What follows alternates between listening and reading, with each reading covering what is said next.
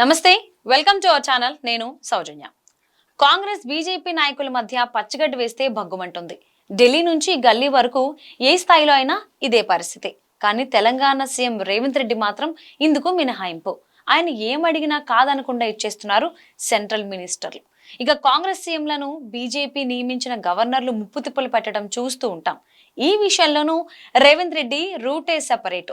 కేసీఆర్ సర్కారు నిర్ణయాలపై అడుగడుగున అభ్యంతరాలు లేవనెత్తిన గవర్నర్ తమిళిసై కొత్త ప్రభుత్వం నుంచి ఏ ఫైల్ వచ్చినా వెంటనే క్లియరెన్స్ ఇచ్చేస్తున్నారు. కేంద్ర పెద్దలు రాష్ట్ర గవర్నర్ నుంచి కోరుకున్న వరాలు సాధించడానికి రేవంత్ రెడ్డి ఫాలో అవుతున్న ఫార్ములా ఏంటి? కేటీఆర్ ఫెయిల్ అయిన చోట రేవంత్ రెడ్డి ఎలా సక్సెస్ అవుతున్నారో తెలుసుకోవాలనుందా? ఈ వీడియో పూర్తిగా చూడండి. కేసీఆర్ 10 ఏళ్ల పాలనలో కేంద్ర రాష్ట్ర ప్రభుత్వాల మధ్య సంబంధాలు ఉప్పు నిప్పులా ఎప్పుడూ చిటపట్లాడుతూ ఉండేవి.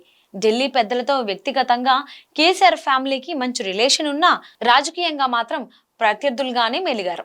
కొత్తగా ఏర్పడిన రాష్ట్రానికి కేంద్రం నుంచి తగిన సహకారం లేదని ఆరోపించారు కేసీఆర్.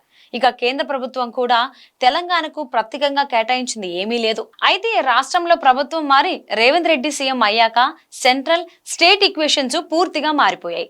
తెలంగాణలో బీజేపీ సర్కారు వస్తే ఎంత కోఆపరేషన్ ఉంటుందో అంతకంటే ఎక్కువగా రేవంత్ రెడ్డి ప్రభుత్వానికి సహాయ సహకారాలు అందిస్తున్నారు కమలనాథులు. కేసీఆర్ ప్రభుత్వం చివరి రోజుల్లో ఖాళీ అయిన గవర్నర్ కోటా ఎమ్మెల్సీ పోస్టులకు 2 అభ్యర్థులను ప్రతిపాదించారు.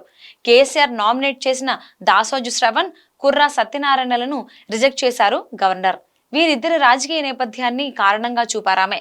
ఈ కేసులో బీఆర్ఎస్ నేతలు ఎన్ని విమర్శలు చేసినా గవర్నర్ ఏమాత్రం వెనక్కి తగ్గలేదు.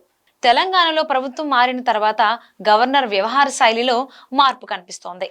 గవర్నర్ కోట ఎమ్మెల్సీ స్థానాలకు సీఎం రేవంత్ రెడ్డి ప్రతిపాదించిన 2కి ఆమోదముద్ర వేశారు. గత ప్రభుత్వ పెద్దలు గవర్నర్ను ఏమాత్రం లెక్క చేయలేదు.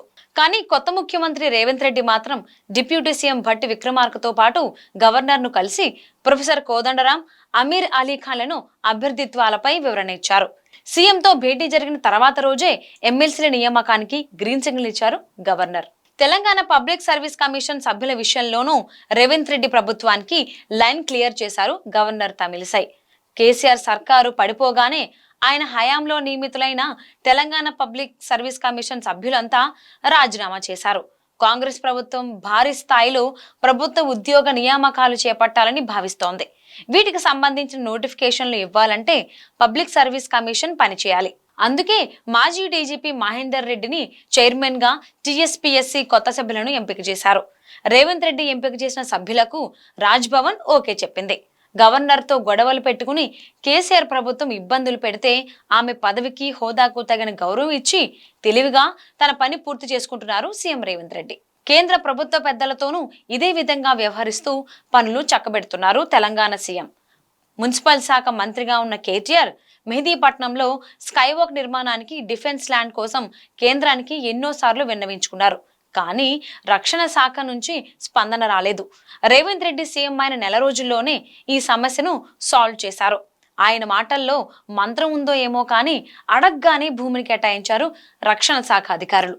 రాష్ట్రానికి అదనంగా ఐపీఎస్ పోస్టులు సాధించుకోవడంలోనూ విజయవంతమయ్యారు.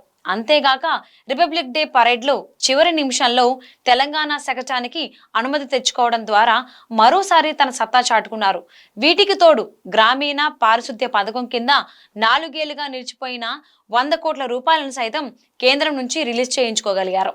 కేసీఆర్ సర్కారు మ్యాచింగ్ గ్రాంట్ ఇవ్వడానికి నిరాకరించడంతో అప్పట్లో ఆ నిధులు రాలేదు. బీజేపీతో సన్నిహితంగా ఉంటే కాంగ్రెస్ పార్టీ నుంచి విమర్శలు తప్పవు.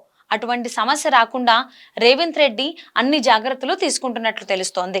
రాష్ట్ర అభివృద్ధికి నిధులు, ఇతర అనుమతుల కోసం కేంద్ర ప్రభుత్వంతో సఖ్యతగా ఉండాల్సిన ఆవశ్యకత గురించి రాహుల్ గాంధీకి రేవంత్ రెడ్డి ముందే వివరించారట. హైకమాండ్ పెద్దలు ఈ విషయంలో ఆయనకు ఫ్రీ హ్యాండ్ ఇచ్చినట్లు సమాచారం. పొలిటికల్ గా ఫైర్ బ్రాండ్ అయిన రేవంత్ రెడ్డి తెలంగాణ కాంగ్రెస్ నేతలను ఏకతాటిపైకి తెచ్చి రాష్ట్రంలో పార్టీని గెలిపించారు. ఇప్పుడు కాంగ్రెస్ కు ప్రధాన ప్రత్యర్థి అయిన బీజేపీ పెద్దలను సైతం మచ్చుక చేసుకుని రాష్ట్ర రాజకీయాల్లో తనదైన ముద్ర వేస్తున్నారు సీఎం రేవంత్ రెడ్డి. రేవంత్ రెడ్డి దూకుడుతో బీఆర్ఎస్ నాయకులు డిఫెన్స్ లో పడిపోయారు.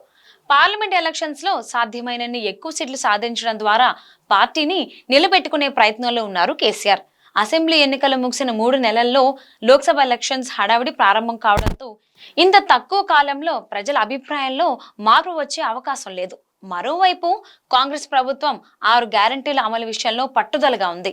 ఫిబ్రవరి నుంచే 200 యూనిట్ల ఉచిత కరెంటు స్కీమ్ ప్రారంభించడానికి ఏర్పాట్లు జరుగుతున్నాయి. ఎన్నికల నోటిఫికేషన్ వచ్చేలోపే డిస్కౌంట్ రేటుకే గ్యాస్ సిలిండర్ పథకం అమల్లోకి వస్తే బీఆర్ఎస్ పై పెద్ద బండపడినట్లే అంటున్నారు రాజకీయ విశ్లేషకులు.